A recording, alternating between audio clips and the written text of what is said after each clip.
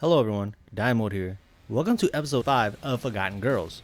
Today's character starring Mistral from the action-adventure title Metal Gear Rising: Revengeance, who made her debut in 2013.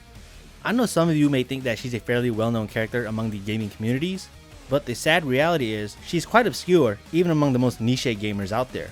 It is due to the game Metal Gear Rising, it is surrounded by the infamous memes, this one right here, Nanomachine, son!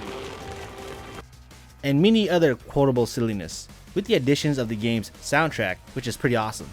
So Mistral is often overshadowed by these things. Anyways, let's talk about her. Who is Mistral? Born to French and Algerian parents in the 1990s, she was orphaned at a young age caused by the Algerian Civil War during that time. Eventually, she found her parents' murderers and butchered them, as she recalls the situation. After avenging her parents, she decided that killing was her calling.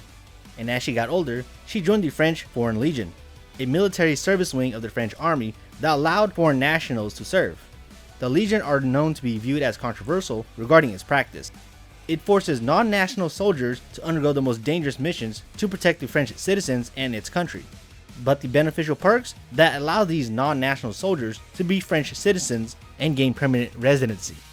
With that said, Mistral has been deployed to Iraq and Afghanistan as a combatant with a kill count over the dozens.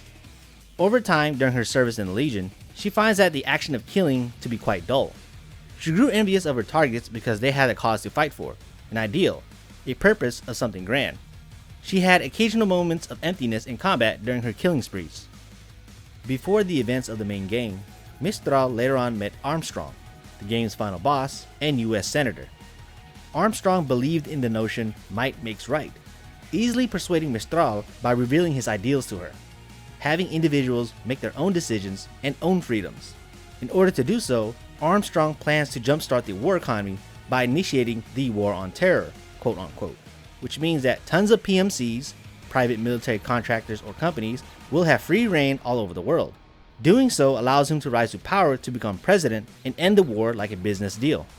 And so, Mistral, intrigued by the idea, joins Armstrong's associates, Desperado Enforcement, an organization who claims themselves to be a PMC on the surface, but favorably aids terrorists and international criminals, while their primary objective are to target countries that are undergoing reconstruction by sabotage and assassination, as this is Desperado's main directives. Mistral, thrilled by this, becomes one of their leading captains within the organization.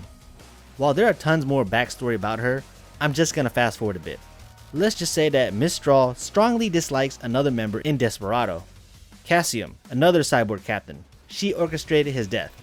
Also, Mistral trained and abused a robotic canine named Blade Wolf through VR missions. And next into the game's story, she finally meets up with Raiden, the game's main protagonist, at an oil refinery. They exchange ideals and backstories in hoping to convince one another who was right and who was wrong. Then a long battle ensues. Raiden gains the upper hand. He freezes her with liquid nitrogen by cutting open a tank from the refinery. Raiden then slices her up to bits and pieces, and she's dead. In Mistral's final moments, she finally expresses what it feels like to fight for a cause, finally understanding what it means to have beliefs in something. Alright, Mistral's personality. She is known to be cruel, flirtatious, jaded, sadistic, and callous. This is all due to years of war with nothing to fight for, and she is known to taunt her prey before killing them. Kind of a cruel fate, given that she always liked to flaunt her goodies. Alright, now let's get on with some trivia. Number 1, her torso region, or the Doctor, the character within the game, as they like to call it, her chassis, her cybernetic components. There's been a comical debate about her body, her torso region. He mentions that it jiggles naturally whenever time she moves in combat. So it's either a very advanced chassis or it's her natural real body. That is up to debate even to this day.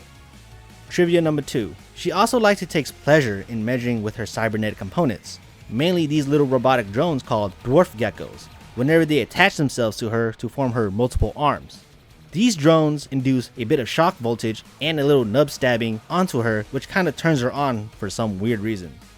Third trivia, her name, Mistral, is named after the winds in France upon the Alps is dry winds.